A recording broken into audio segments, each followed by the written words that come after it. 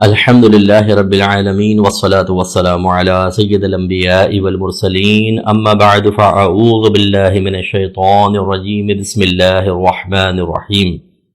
جتنے بھی بھائی بہن ہمیں پوری دنیا میں سن رہے ہیں سب کو السلام علیکم ورحمۃ اللہ وبرکاتہ و مغفرتہ۔ آج 12ویں سپارے کے ربع سے تلاوت کا آغاز ہوا اور 13ویں سپارے کے نصف تک تلاوت مکمل کی گئی۔ اس کی چند آیات میں آپ کی خدمت میں ذکر کرتا ہوں۔ یہ سورہ ہود ہے اور اس میں مختلف انبیاء علیہم السلام جو اپنی قوموں کے پاس گئے، ان کو پیغام دیا، ان کو تبلیغ دین کی، اس کا تھوڑا سا ذکر اللہ تبارک و تعالی نے بیان فرمایا۔ تو حضرت شعیب علیہ السلام یہ مدین والوں کے پاس گئے اور آپ نے وہاں پر جا کر تبلیغ فرمائی۔ تو ان کے بارے میں جو کچھ مکالمہ ہوا اور جو پھر ان کا انجام ہوا، جو اللہ نے بیان کیا، وہ انشاءاللہ میں آپ کی خدمت میں ذکر کرتا ہوں اور ہم اس سے درس حاصل کرتے ہیں۔ اللہ تعالی ارشاد فرماتا ہے، یہ آیت نمبر 84 سے سٹارٹ ہوگا اور 95 آیت تک آج ہم انشاءاللہ درس قرآن کریں گے۔ اللہ تعالیٰ فرماتا ہے وَإِلَىٰ مَدْيَنَ أَخَاهُمْ شُعَيْبًا، اور مدین کی طرف ہم نے بھیجا ان کے بھائی شعیب کو۔ بھائی سے مراد ہم قوم۔ قال، آپ نے ارشاد فرمایا، یا قوم اعبدوا اللہ، اے میری قوم اللہ تبارک و تعالیٰ کی عبادت کرو۔ ما لکم من الہ غیرہ، کیا ہے تمہارا معاملہ اللہ تعالیٰ کے علاوہ کسی معبود سے، یعنی تمہارا بالکل کوئی تعلق اللہ کے علاوہ کسی جھوٹے باطل معبود سے نہیں ہونا چاہیے، تو اللہ تبارک و تعالیٰ کی عبادت کرو۔ نبیوں کا کام یہی ہوتا ہے کہ وہ قوم کے پاس جا کر بلا خوف و خطر کسی ملامت کرنے والے کی ملامت سے بالکل ڈرے بغیر اسٹریٹ فارورڈ اللہ تبارک و تعالیٰ کا پیغام پہنچاتے ہیں۔ اگرچہ حکمت اختیار کرنا منع نہیں ہوتا، جیسے میرے نبی کریم صلی اللہ علیہ وسلم نے 13 سالہ مکی زندگی میں حکمتاً صحابہ کرام کو اظہار اسلام سے روکا۔ یہ ڈرپوکی نہیں تھی، بزدلی نہیں تھی، معاذ اللہ ثم معاذ اللہ کوئی پلپلا پن نہیں تھا، اور یہ کوئی بہادری یا شجاعت کے خلاف نہیں تھا۔ اس کو حکمت کہتے ہیں۔ بزدلی اور اختیار حکمت میں فرق سمجھنا چاہیے۔ یہ ہمارے بعض لوگ موجودہ دور کے اعتبار سے بھی نہیں سمجھ پاتے ہیں۔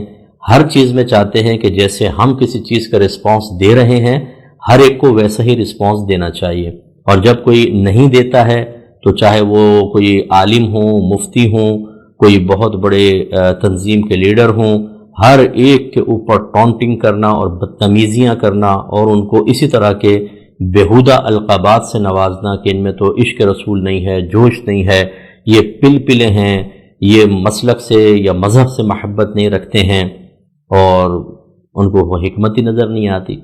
نبی کریم صلی اللہ علیہ وسلم کو آپ دیکھیے، 13 سالہ مکی زندگی، پھر مدنی زندگی کے اندر بھی آپ جب اولاً تشریف لائے ہیں، یہود سے معاہدہ کیا ہے۔ کیوں نہیں کیا کہ آپ نے آتے ان دشمنوں کو نکال دیا؟ کہ نبی کریم نہیں جانتے تھے کہ وہ دشمن ہیں، نکال دیتے؟ نہیں، ان سے پہلے معاہدہ کیا باقاعدہ۔ جب انہوں نے عہد شکنی کی تو رحمت کونین صلی اللہ علیہ وسلم نے پھر ان کو جیلا وطن کیا۔ ایسے ہی منافقین عرصہ دراز تک صفوف میں داخل رہے، مسلمانوں کے صفوف میں، اور مسلسل نقصان پہنچاتے رہے۔ خود قرآن بیان کرتا رہا نبی کریم کو کہ یہ منافق آپ سے جھوٹ بولیں گے، غلط قسم کے عذر بیان کریں گے، اور وہ سب چلتا رہا جب تک مشیت الہی تھی، جب تک نبی کریم صلی اللہ علیہ وسلم نے حکمت محسوس فرمائی، ان کو برداشت کیا، اور پھر جب اللہ نے اسلام کو عزت سے نواز دیا اور ان کے شرور سے اسلام کو بظاہر کوئی بڑا نقصان نہیں ہونا تھا، تو پھر رحمت کونین صلی اللہ علیہ وسلم نے اللہ کے حکم سے نام لے لے کے انہیں مسجد سے باہر نکالا۔ اے فلاں من فلاں منافق، نکل جا ہماری مسجد سے، تو ان کو باہر نکالا۔ لیکن یہ اس سے پہلے جو معاملہ ہوا، کیوں سرکار صلی اللہ علیہ وسلم ان کو برداشت فرماتے رہے؟ کیا یہ بزدلی تھی؟ نہیں، یہ حکمت تھی۔ تو خلاصہ کلام یہ ہے کہ حکمت کو سمجھیں۔ جتنے میرے بھائی بہن مجھے اس وقت سن رہے ہیں، خدارا ایسا نہ ہوا کریں، نہ کیا کریں کہ جب کوئی ایشو اٹھتا ہے، بعض اوقات کوئی گستاخی کا، کوئی فلاں چیز کا، کوئی فلاں معاملے کا، کوئی پروٹیسٹ کرنا ہے، کوئی اور معاملات کرنے ہیں، اس میں اگر کچھ علماء جو زیرک ہیں، سمجھدار ہیں، معتدل ہیں، وہ بڑے پیمانے پہ کام کر رہے ہیں، تو آپ چاہتے ہیں کہ وہ آپ کی مرضی کے تابع ہو کر جیسا آپ چاہتے ہیں ویسے تبلیغ کریں، اور جب وہ نہیں کرتے ہیں تو پھر آپ ان کو جو چاہتے ہیں ان کو برا بھلا کہتے ہیں اور ان کی بے عزتیاں کرتے ہیں اور اپنے واٹس ایپ گروپس میں چاہتے ہیں کہ ان کی عزتوں کو ختم کر دیں، لیکن آپ نتیجے دیکھیں گے ان کی عزتیں ویسی قائم رہیں گی، کیونکہ جو بزدل نہیں ہوتا بلکہ حکمتاً وہ معاملات کو اختیار کرتا ہے، اللہ اس کی عزت کو بڑھاتا ہے، وہ آپ اس کو ختم نہیں کر سکتے۔ ہاں یہ ضرور ہوگا کہ میدان محشر میں آپ کو کھڑا کیا جائے گا اور آپ کے نام اعمال سے بدتمیزیوں کے مطابق نیکیاں نکال کر ان کے نام اعمال میں ڈالی جائیں گی۔ اس وقت پھر آپ کی بہادری دیکھ لیں گے انشاءاللہ کہ کتنے آپ بہادر ہیں اور کتنے اپنے مسلک اور مذہب سے مخلص ہیں۔ ہمارے بہت سارے تو ایسے بھائی بہن ہیں جو ایسے کوئی ایشو آئے گا نا، کارٹون بنا دیا فلاں، تب ان کا جوش جاگے گا، پورے سال ٹھنڈے پڑے رہیں گے۔ اور وہ علماء جو پورے سال رات دن اپنے مسلک اور مذہب کی خدمت کر رہے ہوتے ہیں، وہ انہیں ایسے موقعوں پر اتنے سے نظر آتے ہیں، یہ 7ویں آسمان تک پہنچے ہوئے ہیں۔ کچھ خدا کا خوف کرنا چاہیے۔ تو بہرحال حضرت شعیب علیہ السلام نے فرمایا کہ اللہ کی عبادت کرو۔ اللہ کی عبادت کا مطلب یہ ہے کہ اس کی ذات اور صفات کے ساتھ کسی کو شریک نہ ٹھہرایا جائے، جو اس نے اپنی عبادت کے طریقے اپنے نبیوں کے ذریعے بتائے ان کو اختیار کیا جائے، اور اللہ تبارک و تعالیٰ کو سب سے یکتا، سب سے بلند و بالا مانا جائے۔ لیکن وہ لوگ ایسا نہیں کر رہے تھے، تو آپ نے تلقین کی۔ یہ تو تھی مذہبی اعتبار سے، یہ آگے یہ کہہ لیں کہ عقیدے کے اعتبار سے۔ اب عمل کے اعتبار سے آپ نے تلقین فرمائی کہ وَلَا تَنْقُصُوا الْمِكْيَالَ وَالْمِيزَانَ، اور نہ کمی کرو مکیال میں اور میزان میں۔ مکیال مانے جو پیمانے ہوتے ہیں، جیسے برتنوں سے ناپ کے یا بوریوں سے ناپتے ہیں ہم، اور میزان کا مطلب ترازو، جو ہم باقاعدہ ترازو ہوتے ہیں یا ڈیجیٹل آج کل ترازو آ گئے ہیں، ان کے ذریعے ہم چیزوں کا وزن کرتے ہیں۔ اس قوم میں یہ خرابی تھی کہ وہ کم تولتے تھے اور کم ناپتے تھے۔ ناپنا ایک تو انچی ٹیپ سے ہوتا ہے، وہ یہاں مراد نہیں، جیسے برتنوں سے ناپنا، جیسے گندم ناپ کے ڈال رہے ہیں، وہ اس میں کمی کیا کرتے تھے۔ تو یہ حرام کام تھا، آپ نے ان کو منع کیا۔ آپ نے ارشاد فرمایا کہ انی اراکم بخیر، بے شک میں تمہیں بہتری چیز کے ساتھ دیکھتا ہوں، اللہ نے تمہیں اتنا دیا ہوا ہے تو، اور بے شک میں تمہیں ایک اچھی چیز کی میں تلقین کروں گا، تو ایسا تم کیوں کر رہے ہو؟ وَإِنِّي أَخَافُ عَلَيْكُمْ عَذَابَ يَوْمٍ مُحِيطٍ، اور بے شک میں خوف کرتا ہوں تم پر ایک ایسے دن کے عذاب کا جو تمہیں گھیر لے گا، یعنی قیامت کا، یا اللہ کی طرف سے کوئی آسمانی عذاب نازل ہوگا، تو یہ ایسا نہ کرو۔ وَيَا قَوْمِ أَوْفُوا الْمِكْيَالَ وَالْمِيزَانَ بِالْقِسْطِ، اور اے میری قوم پورا ناپ کرو اور تول کرو عدل کے ساتھ۔ وَلَا تَبْخَسُوا النَّاسَ أَشْيَاءَهُمْ، اور لوگوں کی چیزوں میں کمی نہ کرو، یعنی پیسے پورے لیتے ہو اور تول کر ڈنڈی مار کے کم چیزوں ان کو دے رہے ہو، تو یہ تو گویا کہ جو لوگوں کو دینی تھی اس میں تم نے کمی کی۔ وَلَا تَعْثَوْا فِي الْأَرْضِ مُفْسِدِينَ، اور نہ گھومو پھرو زمین میں فساد کرتے ہوئے۔ اس سے معلوم ہوا کہ ناپ تول میں کمی کرنا حرام اور گناہ کبیرہ ہے، اور جیسے آگے بیان ہوگا کہ اس قوم پہ اللہ کا عذاب نازل ہوا، تو اس کا مطلب ہے کہ یہ عذاب الہی کو دعوت دینا ہے۔ اب ہماری اس قوم کے اندر بھی دیکھ لیں کہ ہم لوگ ناپ تول میں کتنی کمی کرتے ہیں۔ اچھا، یہ تو ایک ناپ تول میں کمی خاص بیان کر دی، اصل چیز کیا ہے کہ تم لوگوں کی اشیاء میں کمی نہ کرو، یہ ہے اصل میں۔ وہ چاہے ناپ کے ذریعے ہو، وہ تول کے ذریعے ہو، وہ عیب چھپا کر ہو، عیب دار چیز یا ملاوٹ کر کے ہو، یاد رکھیں سب کے سب اس میں داخل ہوں گے، اور وہ سب حرام اور گناہ کبیرہ ہیں۔ تو اب ہوتا یہ ہے کہ وہ باٹ کے اندر خرابیاں پیدا کی ہوتی ہیں، ڈیجیٹل ترازو آ گئے ہیں تو ان کے اندر بھی سافٹ ویئر وغیرہ کے اندر گڑبڑے کر اور انہوں نے کیا ہوتا ہے۔ اسی طریقے سے مجھے بتایا کسی نے کہ جی وہ چاول کی ٹریڈنگ کرتے تھے، تو وہ بتا رہے تھے کہ ہمارے یہاں اس طرح ہوتا ہے کہ جو ایک بوری ہوتی ہے اس میں بیچ میں PVC کا پائپ ڈال دیتے ہیں، چوڑا والا، بڑا والا، اور اطراف میں اچھا چاول بھر دیتے ہیں، وہ چاول کے ٹریڈنگ کرتے تھے، اور بیچ میں جو اس پائپ میں گندا چاول ڈالتے، اور اس کے بعد وہ پائپ کو نکال لیتے ہیں، وہ چکنا ہوتا ہے تو آرام سے نکل جاتا ہے۔ اب جو یہ چیک کیا جاتا ہے کوئی نمونہ وغیرہ، تو وہ سائڈ سے ایک سوا سا مارتے ہیں تو وہ تھوڑا سا پھٹتی ہے تو وہ نکل آتا ہے، اس کو دیکھ لیتے ہیں، جتنا بھی چیک کر لو چاروں طرف سے بالکل ٹھیک، بیچ میں گندا مال۔ وہ اگر 4 کلو بھی اگر ایک بوری کے اندر ڈلا اور لاکھوں بوریاں، تو اندازہ کریں کہ ٹنوں کے حساب سے گندی چیز آپ نے دی، گویا کہ وہ دی نہیں ہے، وہ سامنے والی کی چیز آپ نے روک لی۔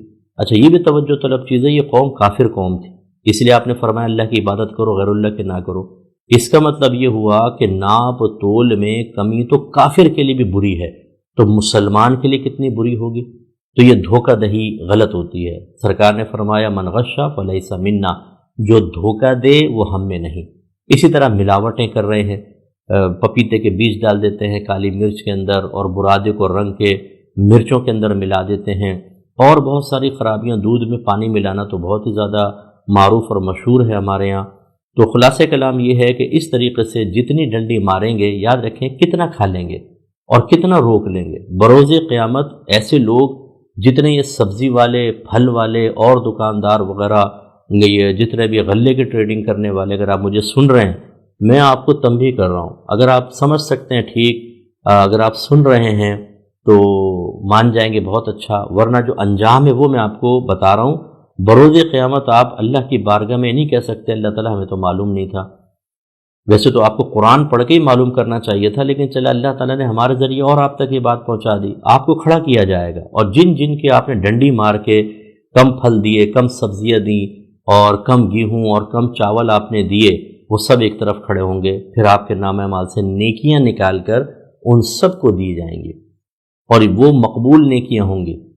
اب جس نے نیکیاں نہ کی ہوں گی تو کیا آپ کے نامہ اعمال سے نکلے گا بتائیے؟ پھر کیا ہوگا اگر نیکیاں نہیں ہیں یا نیکیاں ختم ہو گئیں اور حساب کتاب ہی پورا نہیں ہوا، تو ان کے گناہ اور برائیاں نکال کر ان کے نام آپ کے نامہ اعمال میں ڈالی جائیں گی، اور پھر آخری ٹھکانہ اللہ نہ کرے کہ ایسا ہو، لیکن جہنم۔ اب مثال کے طور پر آپ نے 6 نمازیں قضا کی، لیکن جب دوسرے کی برائی ڈالی گئی، فرض کر لیں اس نے 20 نمازیں قضا کی تھی، تو 26 قضا نمازوں کا عذاب آپ کو ہوگا۔ اس طریقے سے ہزارہا جو ہم نے غلط کام کیے ہیں، دنیا کے اندر اپنے بچوں کو حرام کھلایا، بیوی کو حرام کھلایا، اور غلط معاملات کرتے رہے، اس کا دردناک انجام مرنے کے بعد بھگتنا ہوگا۔ یہ تو اللہ کا کرم ہے کہ اس نے اپنے حبیب کی امت میں پیدا فرما کر ہمیں موجودہ جو عذابات ہیں، اجتماعی عذابات، ان سے محفوظ کر دیا۔ یہ اس کا کرم ہے، ورنہ پچھلی قوموں پہ تو عذابات نازل ہو گئے، ان کو تباہ کر دیا گیا، جیسے اس قوم کے بارے میں اللہ تعالیٰ نے آگے بیان فرمایا ہے۔ تو اس لیے اسی طریقے سے ایک ہوتا ہے عیب ظاہر کر کے بتانا، عیب ظاہر نہ کرنا اپنی چیز کا۔ آپ کو پتہ ہے کہ خرابی ہے اس کے اندر، لیکن بہت بہترین چیز ہے جی، لے جائیں، مارکیٹ میں سب سے بہترین چیز یہی ہے، وہ لے جاتے ہیں اور پھر لکھ کے لگا دیتے ہیں بیچا ہوا مال واپس نہیں کیا جائے گا، لیجئے صاحب۔ حالانکہ آپ پہ واجب ہے کہ جب آپ نے گندی اور غلیظ چیز کسی کو دی ہے اور وہ لے کر آتا ہے تو واپس لینا واجب ہے، لیکن آپ نے پیسے پورے لے لیے، چیز گندی دے دی، بروز قیامت اس کا حساب ہوگا۔ اور یہ رمضان میں خاص طور پر، کیونکہ جو پورے سال میں مال نہیں بکتا وہ جھوٹی قسمیں کھا کھا کر رمضان میں بک جاتا ہے، کیونکہ رش بہت زیادہ ہوتا ہے، لوگوں کو بارگیننگ کرنے کا یا گفتگو کرنے کا موقع نہیں دیتے، لینا لیں نہیں تو آگے نکلیں۔ وہ بیچارے جلدی جلدی لے جاتے ہیں، بعد میں پچھتاتے رہتے ہیں، روتے رہتے ہیں، اور یہ کہتے ہیں کہ چلو جان چھٹی 100 لاکھوں پائے۔ جان چھٹی نہیں، جان پھنسی، اور اب لاکھوں آخرت میں پائے، آخرت میں پتہ چلے گا کہ کیا انجام ہوگا۔ اسی طریقے سے جو مکینک حضرات ہوتے ہیں، یہ بعض اوقات جب کوئی چیز لے کر آتے ہیں، کوئی ڈیوائسز وغیرہ، تو ان میں سے اچھے پرزے، جینین پرزے نکال کے نقلی لگا دیتے ہیں، یا بعض اوقات اس میں وہ عیب ہوتے ہیں نہیں، جھوٹ بول دیتے ہیں نہیں اس میں یہ ہے، اور وہ مطلب پیسے لے لیتے ہیں، یہ سب بھی پھنسیں گے۔ ایسی درزی صاحب جو ہیں وہ بعض اوقات ناپتے ناپتے ہی ایسا ناپتے ہیں کہ اپنے چھوٹے بچوں کے سوٹ بھی نکال لیتے ہیں اس میں بڑے آرام سے، اور کہتے ہیں کہ جی کپڑا پورا ہو گیا۔ ان کا بھی انجام دردناک ہے، اگرچہ ناپ تول کے اندر نہیں ہے، لیکن جس سے میں نے آپ کو کہا کہ آپ نے آگے کیا ارشاد فرمایا، وَلَا تَبْخَسُوا النَّاسَ أَشْيَاءَهُمْ، لوگوں کی اشیاء میں کمی مت کرو، انہیں پورا دو، تو آپ کمی کر رہے ہیں، ان کا مال لے رہے ہیں اور ان کو کم دے رہے ہیں، ان سے زیادہ وصول کر رہے ہیں۔ یہ سب عذابات کا سبب بن سکتا ہے، جو دنیا میں تو اجتماعی عذاب نہیں آئے گا نبی کریم صلی اللہ علیہ وسلم کے کرم سے، لیکن مرنے کی بری موت، عذابات قبر، میدان محشر کی ذلت و رسوائی، اور پھر جہنم میں داخلہ، یہ خدا نخواستہ ہو سکتا ہے۔ اس کے بعد جو فرمایا کہ وَلَا تَعْثَوْا فِي الْأَرْضِ مُفْسِدِينَ، اور زمین میں فساد کرتے ہوئے نہ پھرو۔ فساد کا مطلب بگاڑ پیدا کرنا، اس میں چوری بھی آتی ہے، ڈاکہ آتا ہے، اس میں فحاشی آتی ہے، لوگوں پہ ظلم و ستم آتا ہے، انہیں اپنے ہاتھ زبان سے تکلیفیں دینا آتا ہے، دوسرے کا حق سلب کر لینا، یہ سب اس میں شامل ہوتا ہے۔ تو وہ لوگ اس قسم کے کاموں میں انوالو تھے۔ ایک مسلمان کو سمجھنا چاہیے کہ ہمیں یہ کام نہیں کرنے چاہیے. خصوصی طور پر اپنے اطراف میں ہم اصلاح کی کوشش کریں. مثلا میاں بیوی ہیں وہ غور کریں، شوہر سوچے میں اپنی زبان سے کسی عمل سے بیوی کے لیے باعث تکلیف تو نہیں بن رہا، یہی بیوی سوچے. ایسی اولاد اپنے ماں باپ کے بارے میں سوچیں، ایسی آپ اپنے رشتہ داروں اور اپنے محلے والوں کے بارے میں سوچیں. اسی طریقے سے آپ اپنے آفیسز کے اندر غور کریں. اگر آپ باس ہیں تو غور کریں کہ آپ اپنے ماتحت لوگوں کے لیے کسی لحاظ سے باعث تکلیف تو نہیں بن رہے، انہیں اذیت تو نہیں پہنچ رہی. یہ ضرور غور کرنا چاہیے. اور پھر بڑے پیمانے پہ بعض اوقات ہم فساد کا سبب بن رہے ہوتے ہیں. جتنے کرمنل لوگ ہوتے ہیں اب یہ کہتے ہیں کہ جی ہم کیا کریں، ہم اس کے علاوہ نہیں کر سکتے. ایسا نہ کریں، اللہ کی طرف آئیں، دنیا میں تھوڑی تکلیف برداشت کر لیں، آخرت آپ کی بہت اچھی ہو جائے گی. ہماری ہمدردی ایسے لوگوں کے ساتھ بھی ہے. اگر وہ مسلمان ہیں تو ہمارے مسلمان بھائی ہیں، ہمارے مسلمان بچے ہیں.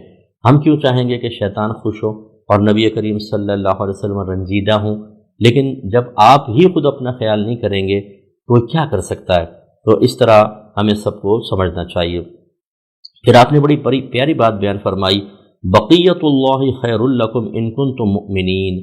اللہ تبارک و تعالیٰ کا جو باقی ہے یہ ذاتہ بہتر ہے تمہارے لیے اگر تم یقین رکھتے ہو تو.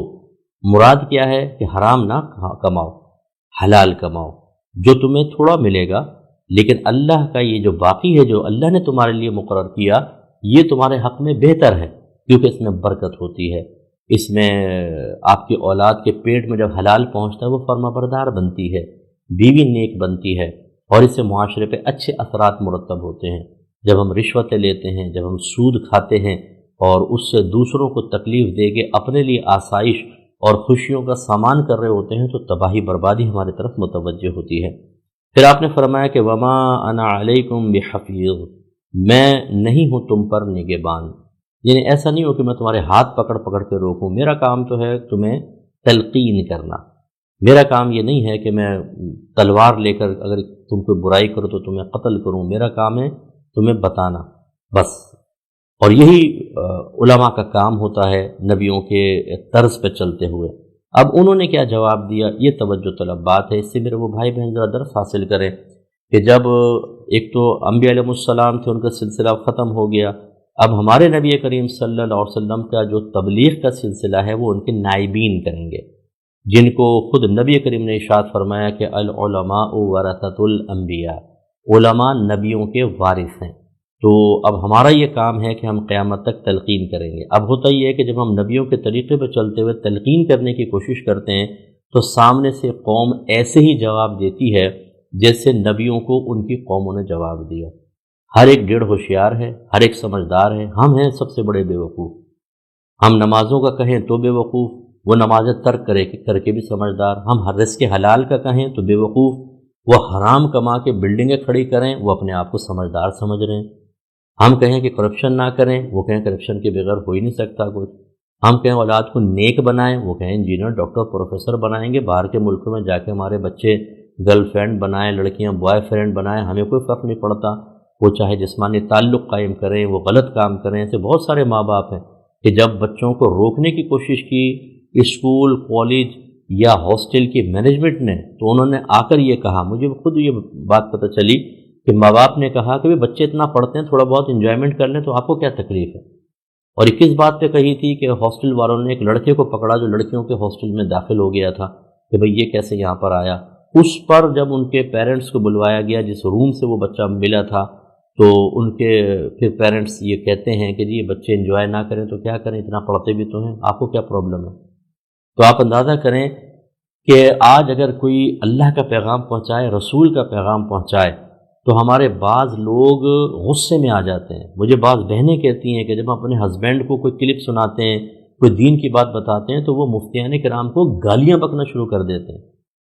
ایسے بیہودہ لوگوں کا انجام کیا ہونے والا ہے ان کو تو پتہ ہی نہیں ہے. بے وقوف یہ سمجھتے ہیں کہ باہر کے ملک میں جا کے آپ نے وہاں کی نیشنلٹی لے کر آپ کو 7ویں آسمان پہ پہنچ گئے، آپ اللہ سے بڑے ہو گئے، معاذ اللہ رسول سے بڑے ہو گئے، اس کے احکام سے بڑے ہو گئے. آپ بھی ایک دن ذلت اور حقارت کے ساتھ ایک قبر کے اندر ڈالے جائیں گے. باریک سا پتلا سا کفن ہوگا آپ کا. اس کے بعد جو آپ کا انجام ہونے والا ہے نا وہ بہت دردناک انجام ہے. تو باہر والا ہر کوئی ایسا کوئی نہیں ہوتا خدا نخواستہ، لیکن میں نے دیکھا ہے کہ بہت سے اس طرح کے تکبر میں باہر ہو، چاہے پاکستان میں بھی ہیں، کم نہیں ہے، ہر جگہ یہ موجود ہیں جو شیطان کی اطاعت میں اتنے آگے بڑھ چکے ہیں کہ اب انہیں اللہ اس کے رسول کا پیغام سن کر تکلیف ہوتی ہے، دل میں رنج پیدا ہوتا ہے، پریشان ہو جاتے ہیں، وہ کہتے ہیں بھائی ختم کرو ان چیزوں کو۔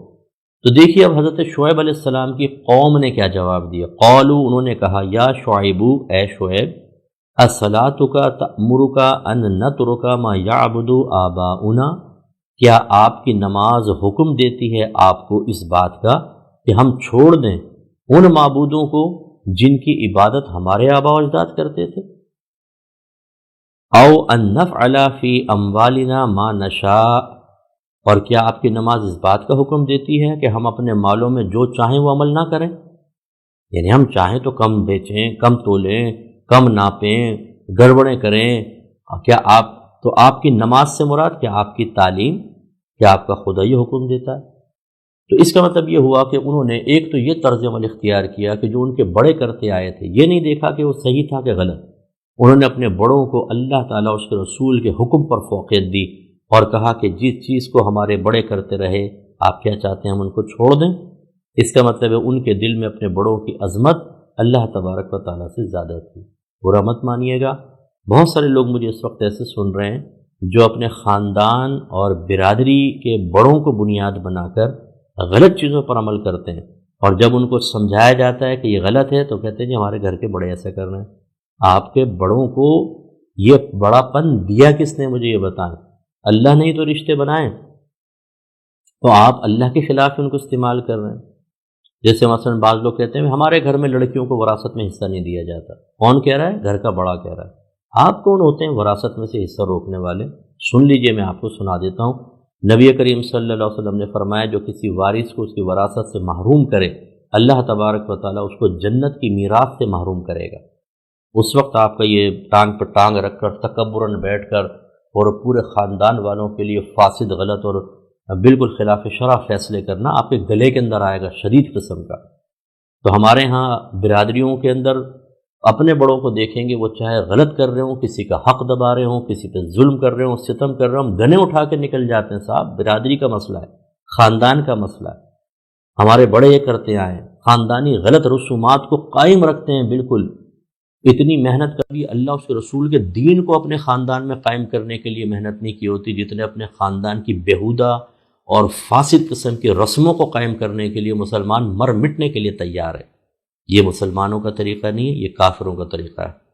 صحابہ کرام علیہم الرضوان بھی فیملیز سے تعلق رکھتے تھے، ان کے بھی قبائل تھے، وہ بھی ان کی برادریاں بھی تھیں، لیکن جب نبی کریم صلی اللہ علیہ وسلم نے تبلیغ فرمائی تو کیا انہوں نے اپنی برادریوں کی بیہودہ رسومات کو قائم رکھا؟ نہیں، انہوں نے کہا کہ ہم تو نبی کی مانیں گے، ان کی نہیں مانیں گے کہ جو غلط قسم کے لوگ تھے۔ یہ ہمت پیدا کرنا انتہائی ضروری ہے۔ تو اس لیے اگر آپ بعض ایسے ہوتے ہیں کہ ایک گھر کے بڑے ہوتے ہیں، پھر وہ کسی کو بڑا بنا دیتے ہیں، تو اس بڑے جو نائب ابھی بڑا بننے والا ہے اس کو سوچنا ہوگا کہ میں یہ غلط رسومات آگے نہیں چلنے دوں گا، ورنہ نہ لیں آپ یہ منصب گلے کا پھندا ہے، ایک دفعہ آ گیا اور آپ نے غلط رسومات کو آگے چلایا تو آپ تباہ و برباد ہوں گے۔ اس کے بعد انہوں نے کہا کہ آپ کی نماز اسی بھی روکتی ہے کہ ہم اپنے مال میں جو چاہیں وہ نہ کر سکیں؟ جی بالکل، اب یہ یاد رکھیے کہ آپ کا مال ایک وقت تک آپ کا مال ہے اور آپ اس میں اتنا ہی تصرف کر سکتے ہیں جتنا اللہ اس کے رسول نے آپ کو اجازت دی۔ اگر ان کی اجازت کے خلاف آپ چلیں گے، حقیقتاً مالک تو میرا رب ہے، تو پھر اس مال کے غلط استعمال پر آپ کی گرفت ہوگی۔ لہٰذا استعمال مال پر بھی کبھی علم سیکھنا بہت ضروری ہے، کہاں خرچ کر سکتے ہیں کہاں نہیں، لینے میں، دینے میں، مکان بنانے میں، پلاٹ بنانے میں، تحفہ دینے میں، ان سب کے اندر اچھی طریقے سے ہمیں تحقیق کرنی چاہیے۔ ایسا نہ ہو غلط جگہ پر اس کو استعمال کر رہے ہو مال کو۔ اور اسی طریقے سے میں نے پہلے بھی اس کا اشارہ کیا تھا کہ یاد رکھیں کہ جب زندگی میں ماں باپ اپنی اولاد میں کچھ تقسیم کرتے ہیں تو اس میں افضل قول یہ ہے، افضل قول کہ لڑکا لڑکی برابر ہوں گے۔ 4 کروڑ 2 بیٹوں 2 بیٹیوں میں تقسیم کرنا ہے تو ہر ایک کو 1-1 کروڑ دیں، یہ افضل صورت ہوتی ہے۔ اور اس سے کم مفضول صورت، کم درجے کی صورت یہ ہے کہ جیسے وراثت کا لڑکے کو 2 حصہ، لڑکی کو 1، تو اگر 2 بیٹے اور 2 بیٹیاں ہیں تو 4 حصے یہ اور 2 حصے یہ، 6 حصے کریں، 2 حصے ان کو دیں، 1 حصے ان کو دیں۔ اس طریقے سے ہوتا ہے۔ زندگی کے اندر آپ ایسا نہیں کر سکتے کہ بیٹی کو تھوڑا سا دیا اور بیٹوں کو بہت زیادہ دیا، یہ ناانصافی کریں گے تو آخرت میں گرفت ہوگی۔ اور یاد رکھیں کہ جب آپ اگر فوت ہو رہے ہیں تو اگر آپ لکھوانا چاہتے ہیں تو غیر وارث کے لیے ول ہوتی ہے، وصیت ہوتی ہے، وارث کے لیے نہیں ہوتی۔ اس کے لیے تو شریعت نے حصے مقرر کر دیے ہیں۔ اس میں جب آپ غلط تقسیم کرتے ہیں، یہ مکان میرے بیٹے کو دے دینا، یہ پلاٹ بیٹی کو دے دینا، یہ گولڈ سارا اس بیٹے کو دے دینا، اس کی بہو کو دے دینا، آپ کون ہوتے ہیں تقسیم کرنے والے؟ وارث کے لیے تو وصیت ہی نہیں ہوتی ہے۔ ہاں یہ ضرور سرکار نے بیان فرمایا کہ لا وصیت للوارث، کہ وارث کے لیے کوئی وصیت نہیں، مگر یہ کہ دیگر وارثین راضی ہو جائیں۔ اگر سارے یہ سوچیں چلو ماں باپ غلط فیصلہ کر کے چلے گئے لیکن چلو ہم اس پہ راضی ہو جاتے ہیں، اس کی گنجائش نکل سکتی ہے۔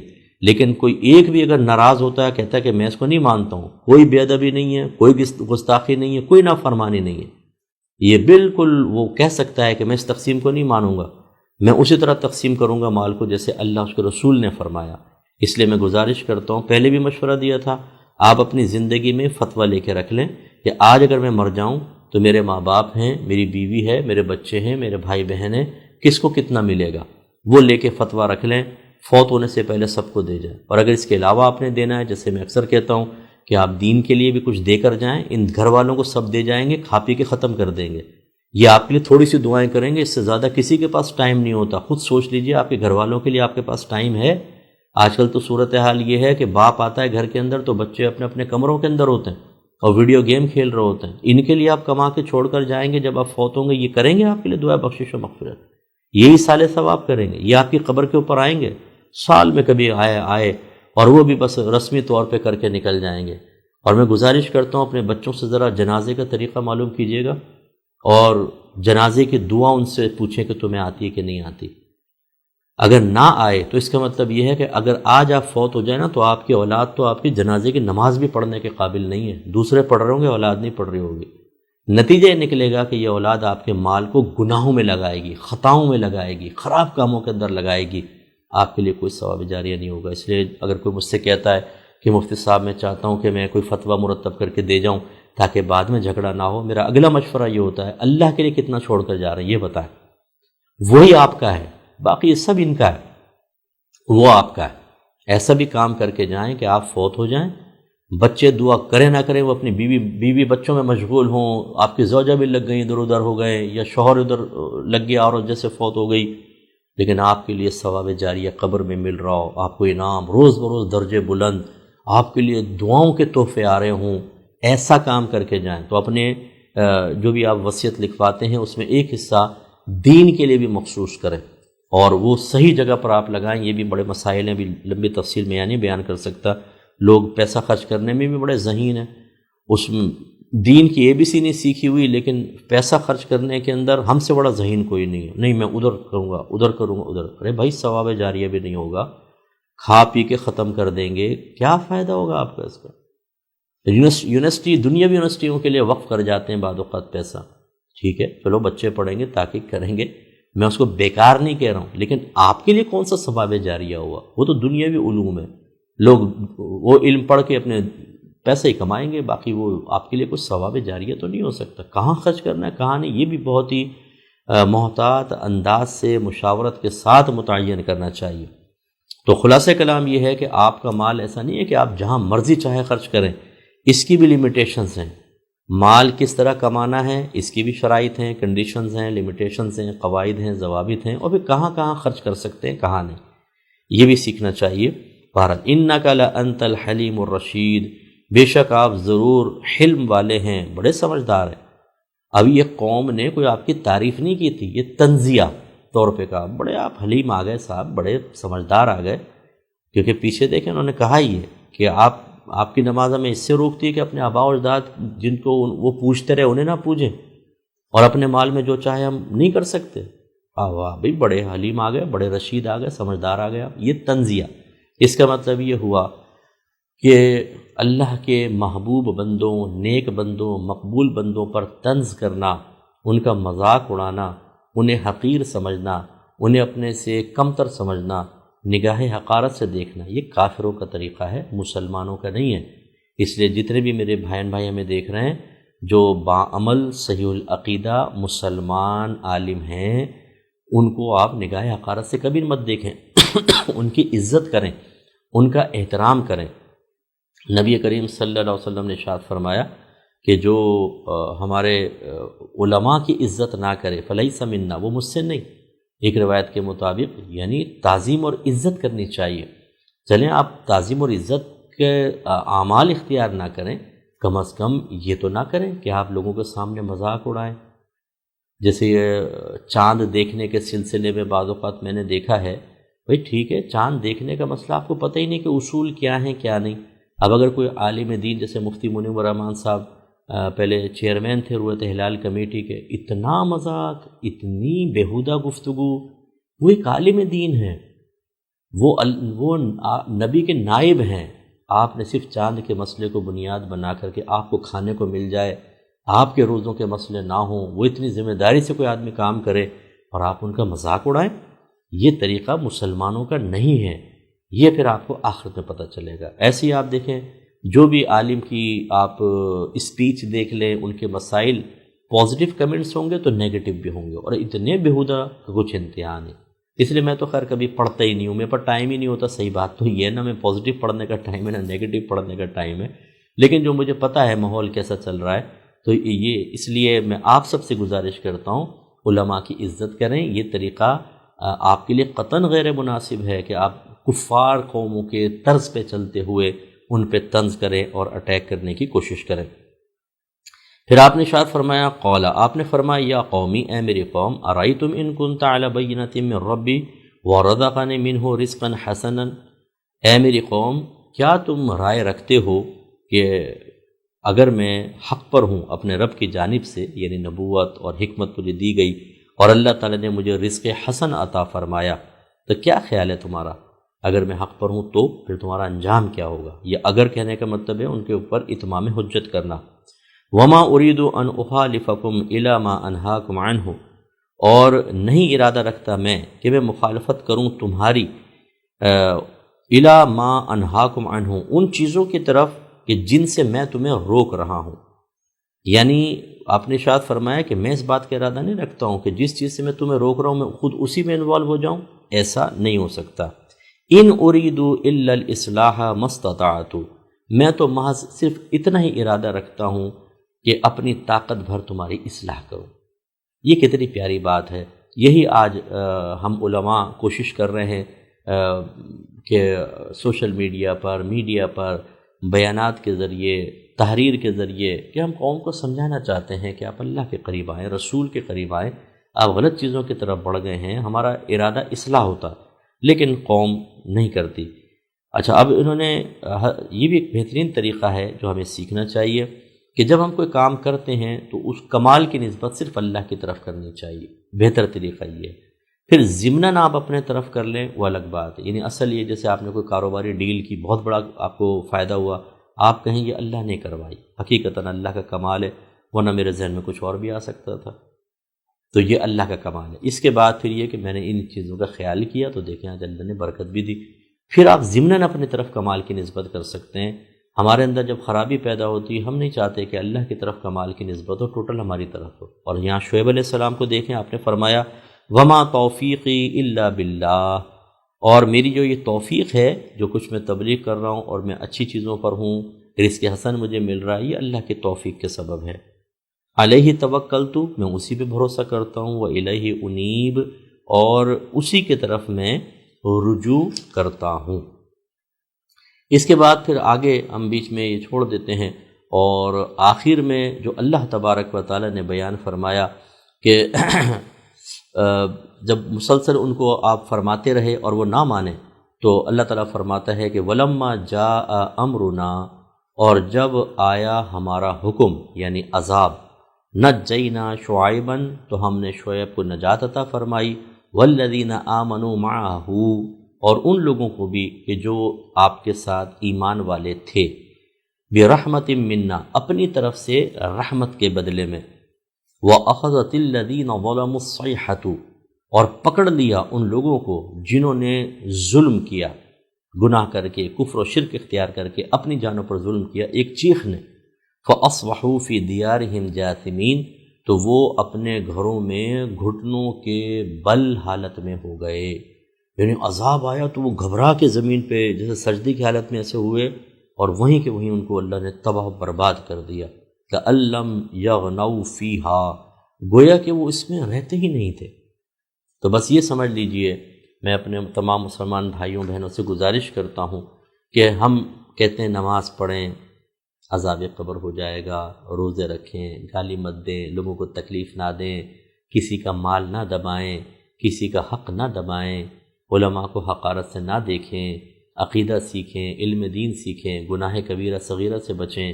لیکن اکثر یہ طریقہ کار ہوتا ہے، یہی معاملات ہوتے ہیں کہ لوگ ٹالتے رہتے ہیں، اچھا دیکھ لیں گے یار، یہ تو مولوی لوگ ایسے بولتے رہتے ہیں، یہ وہ۔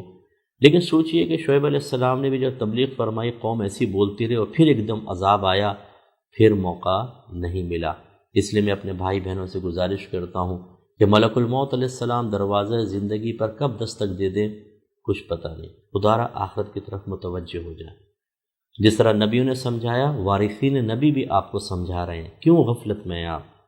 کیوں نمازیں نہیں پڑھتے؟ کیوں ہماری بہنیں دین پر نہیں چلتی؟ کیوں ہمارے بھائی دین کو اپنے گھر میں داخل نہیں ہونے دیتے؟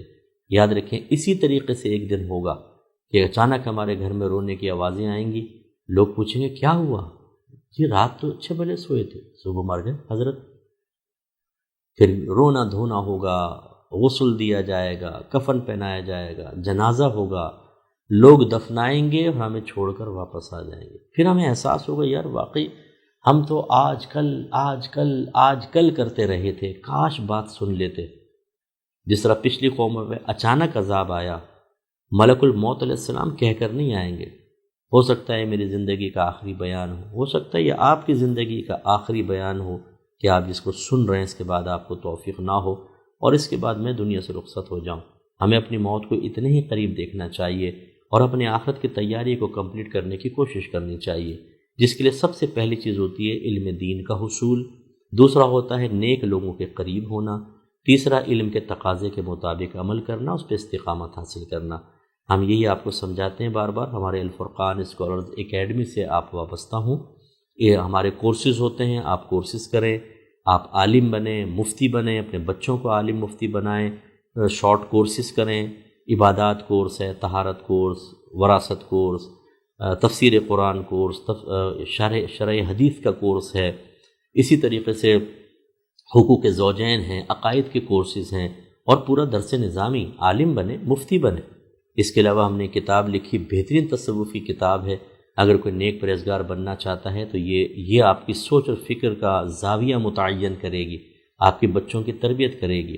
اسی طرح میری تفسیر قرآن، تدبر قرآن یوٹیوب پہ ڈلی ہوئے، ایپیسوڈ 1 سے دیکھنا شروع کریں، ترجمہ تفسیر دونوں سنیں، بہترین علم حاصل ہوگا۔ میرا پروگرام احکام شریعت ہے، اس کو 20واں سال اسٹارٹ ہو چکا ہے، 20 سال سے میں پروگرام کر رہا ہوں، اللہ کا بڑا کرم ہے۔ ایک پروگرام دیکھیں، آپ یوٹیوب پہ جائیں، احکام شریعت لکھیں، جو لیٹسٹ ایپیسوڈ ہوگا شاید 14 مارچ کا یا کچھ، وہ آپ دیکھیں، غور سے سنیں اس کو، ایک وقت میں آپ کو کتنی معلومات ہوں گی، آپ حیران ہو جائیں گے، وہ آپ کریں۔ اسی طرح یہ درس قرآن وغیرہ سنیں، جو میرے بیانات ہوتے ہیں ان کو آپ غور سے سنیں۔ اب مطلب تھوڑا سا اپنا روٹین چینج کریں، تھوڑا رویہ بدلیں، آخرت کی طرف بھی مائل ہوں، اپنے بچوں کی تربیت اس انداز سے کریں۔ میں چاہتا ہوں ہم قرب قیامت کے وقت میں اللہ نے ہمیں پیدا کیا، ہم اس وقت دین کے قریب آ کر اور اپنے بچوں کو عالم اور مفتی بنا کر معاشرے میں ایک انقلابی تبدیلی کا سبب بنے۔ خدارا ہماری اکیڈمی کے قریب آئیں، بڑا فائدہ ہوگا۔ دعا کیجیے گا، ہم بڑی اکیڈمی کی تعمیرات کا سلسلہ کر رہے ہیں اور انشاءاللہ قریب بس نقشہ پاس ہوگا، اس کی فائنل ڈرائنگز بن رہی ہیں، اس کے بعد انشاءاللہ تعمیرات، اور پھر اس کے اندر اس کے بعد انشاءاللہ پورے ہم پاکستان اور پوری دنیا سے انشاءاللہ ہم زیادہ وسیع پیمانے پر رابطہ رکھ کر تیزی کے ساتھ چاہیں گے کہ اچھے علماء، عالمات، مفتیان کرام اور مفتیات تیار ہوں اور بڑے پیمانے پر اچھا کام ہو۔ اس میں بھی آپ ہم سے تعاون بھی کریں اور اس میں خود بھی داخلہ لیں، ان کورسز کے اندر عالم مفتی بنیں، اپنے بچوں کو کم از کم ایک بچے کو عالم اور مفتی تو بنا دیں، اور اگر نہیں بنا سکتے تو کفالت کریں، کسی کو عالم اور مفتی بنا دیں، اس کا خرچہ اٹھا لیں آپ۔ ہمارے اکیڈمی کے اندر بہت سارے بچے ماشاءاللہ ذہین، اور میں نے آپ کو بتایا تھا 98% ہمارے پاس سٹی کا بچہ ہے، ہم لوگ مطلب ایسا نہیں ہے کہ کوئی کم پڑھے لکھے بچے، یہ وہ ہے کہ جو اگر تیار ہو جاتے ہیں تو سٹی میں کام کریں گے اور لوگوں کی نفسیات کو سمجھتے ہیں، ایک اچھا انقلاب پیدا کرنے میں معاون ثابت ہو سکتے ہیں۔ اللہ تعالیٰ عمل کی توفیق عطا فرمائے۔ دعا کر لیجئے۔ بسم اللہ الرحمن الرحیم، الحمدللہ رب العالمین والصلاة والسلام علی سید الانبیاء والمرسلین، یا ارحم الراحمین یا ارحم الراحمین یا ارحم الراحمین۔ اے مالک مولا، ہم سب کا درس قرآن میں شرکت کرنا اپنی بارگاہ میں قبول و منظور فرما لے۔ اے اللہ تعالی ہم سب پر اپنی خصوصی رحمتیں برکتیں نازل فرما۔ مالک مولا، ہمارے تمام صغیرہ کبیرہ ظاہری باطنی گناہوں کو معاف فرما دے، اور آئندہ پوری زندگی ہر قسم کے صغیرہ کبیرہ ظاہری باطنی گناہ سے بچنے اور نیک اعمال کثرت و استقامت سے کرنے کی توفیق و ہمت عطا فرما۔ اے مالک مولا، ہماری تمام جائز حاجات پوری فرما دے، ہماری تمام جائز تمناؤں کو پورا فرما دے، ہمیں ہر جائز مقصد میں کامیابی عطا فرما، ہماری تمام جائز دعائیں اپنی بارگاہ میں قبول و منظور فرما لے۔ اے پاک پروردگار، ہمارے گھر والوں پر بھی اپنی خصوصی رحمتیں برکتیں نازل فرما۔ اے اللہ تعالی ہمیں آپس میں لڑائی جھگڑے فتنہ فساد اختلاف رائے سے محفوظ فرما دے۔ مالک مولا، میں خصوصی طور پہ اپنی ان بہنوں کے لیے دعا کرتا ہوں جو گھروں میں لڑائی جھگڑے کا ایک ماحول بنا کر اور پورے گھر کے سکون کو ختم کیے ہوئے ہیں۔ اللہ تعالیٰ ان بہنوں کو آپس میں محبت عطا فرما دے، چاہے ساس بہو ہوں، بھابیاں نندے ہوں، دیورانیاں جٹھانیاں ہوں۔ اللہ تعالیٰ ان سب کے دل میں ایک دوسرے کے لیے محبت، تعظیم، ادب، احترام پیدا کر دے، بڑوں کے دل میں چھوٹوں کے لیے شفقت ڈال دے۔ اللہ تعالیٰ گھر کا پاکیزہ ماحول بنا دیں، جو ایک دوسرے کو دیکھیں تو خوش ہوں، مسکرائیں، ایک دوسرے کے دل میں کینہ نہ ہو، ایک دوسرے کی ترقی کے لیے دعائیں کریں، تاکہ ہمارے بچے بھی ہمیں رول ماڈل بنا کے ایسا ہی اپنے گھروں میں پاکیزہ ماحول قائم کریں۔ اے اللہ تعالیٰ ہمارے علم، عمر میں، روحانی قوتوں میں، درجات میں، رزق حلال میں، کاروبار میں، صحت میں، عمل میں بے حد برکت عطا فرما۔ ہمیں ہر قسم کی ناگہانی آفات، بدنامیوں سے محفوظ فرما دے۔ اے مالک مولا، خصوصی طور پہ میں دعا کرتا ہوں ان بھائی بہنوں کے لیے جو الفرقان اسکالرز اکیڈمی ہمارے ادارے کے ساتھ مالی تعاون کرتے ہیں، عالم بناتے ہیں، مفتیان کرام تیار کرنے میں تعاون کرتے ہیں۔ اس کے علاوہ یا رب کریم ہمیں دین کے کام میں بہت آسانی فراہم کرتے ہیں۔ اللہ تعالیٰ جس نے ہمیں دنیا میں آسانیاں دیں، تیرے دین کے کام میں آسانی پیدا کی، تو اس کی موت کو آسان فرمانا۔ مالک و مولا، اس کی قبر کی منزل کو آسان کر دینا، میدان محشر کے حساب و کتاب کو آسان کر دینا، پل صراط کا پار کرنا بے حد آسان کر دینا، جنت کا راستہ آسان فرما دے۔ اے اللہ تعالیٰ ان کی اولاد کو ان کی آنکھوں کی ٹھنڈک بنا کر رکھ۔ مالک مولا، ان کے مد میں، ان کے سع میں، ان کے مال میں برکتیں عطا فرما، دنیا میں بھی ان کو آسانیاں دے دے۔ مالک مولا، جو ان سے دشمنی کرے، مالک مولا اس کو ہدایت عطا فرما اور اس کے رخ کو ان سے پھیر دے، ہر قسم کی ناگہانی آفات سے محفوظ فرما دے۔ اے اللہ تعالیٰ ہماری جو بہنیں ایسی ہیں کہ جن کے شوہر بے رغبتی کا مظاہرہ کرتے ہیں، اللہ تعالیٰ شوہروں کے دل میں ان بہنوں کی محبت کوٹ کوٹ کے بھر دے، انہیں اپنی ازواج کا حق ادا کرنے، ان کی طرف مائل ہونے اور دوسرے بیکار کاموں کو چھوڑ دینے کی توفیق عطا فرما۔ جن کی اولاد نافرمان ہے، اللہ تعالیٰ فرما بردار بنا دے، ماں باپ کا حق ادا کرنے کی توفیق عطا فرما، ان کا ادب، ان کا احترام اور ان کے مقام کو پہچاننے کی توفیق عطا فرما، اس کے تقاضے کے مطابق عمل کرنے کی توفیق عطا فرما دے۔ اے مالک مولا، ہم سب کو جنت الفردوس میں اپنے حبیب کریم صلی اللہ علیہ وسلم کے مبارک قدموں میں دائمی طور پر جمع ہونے کی توفیق عطا فرمانا۔ اے اللہ تعالیٰ ہماری یہ دعائیں ہر مسلمان بھائی، ہر مسلمان بہن کے حق میں قبول و منظور فرما لے۔ سبحان ربک رب العزت عما یصفون وسلام علی المرسلین والحمد للہ رب العالمین۔